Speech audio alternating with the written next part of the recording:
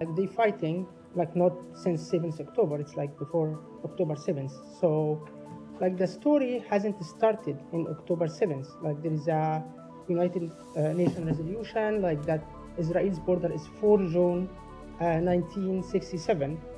So, and those, they are not like ISIS or Al-Qaeda, they are not global fighters. All of them are Palestinian in this land like this. They are exist and their ancestors like since like hundreds of years.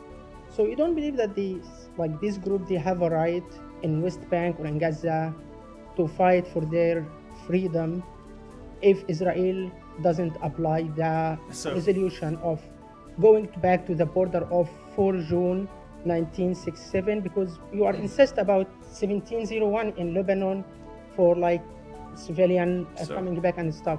So this first question. That's second. So let me just answer the first question because I think to be very clear. No, we do not accept the idea that terrorism is an ultimate resolution to the dispute over the establishment of a Palestinian state.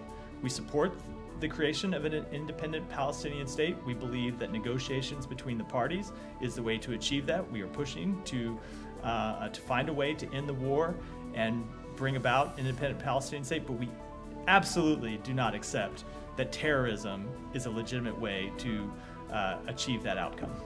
Yes, but like so far, like the settlement in West Bank, it has been expanding since Oslo, 1993. And like Palestinians, they don't have army, they don't have anything. Like if Palestinian, like not in Gaza, in West Bank, decided to defend his land by using a weapon against those settlements, they have a legitimate to defend their land, or they don't have? That is something that law enforcement should address. It is something that the security forces should address. And we will work to, along with our allies, our partners around the world, to make clear that we want to see ultimately a resolution to this issue. We want to see the establishment of an independent Palestinian state, but we do not believe that increased violence is the answer. And certainly the kind of terrorism that we saw on October 7th, where Hamas fighters came across and killed, murdered, raped women, children, absolutely do not believe that is the answer. And I will tell you, not only is that not the answer for because of the impacts it has on Israeli victims, but just look at what has happened over the past year to the Palestinian people as a result of the terrorism of October 7th. We absolutely reject that course. Okay, last question. About the, let's follow up for my colleague yesterday about the aid in Gaza.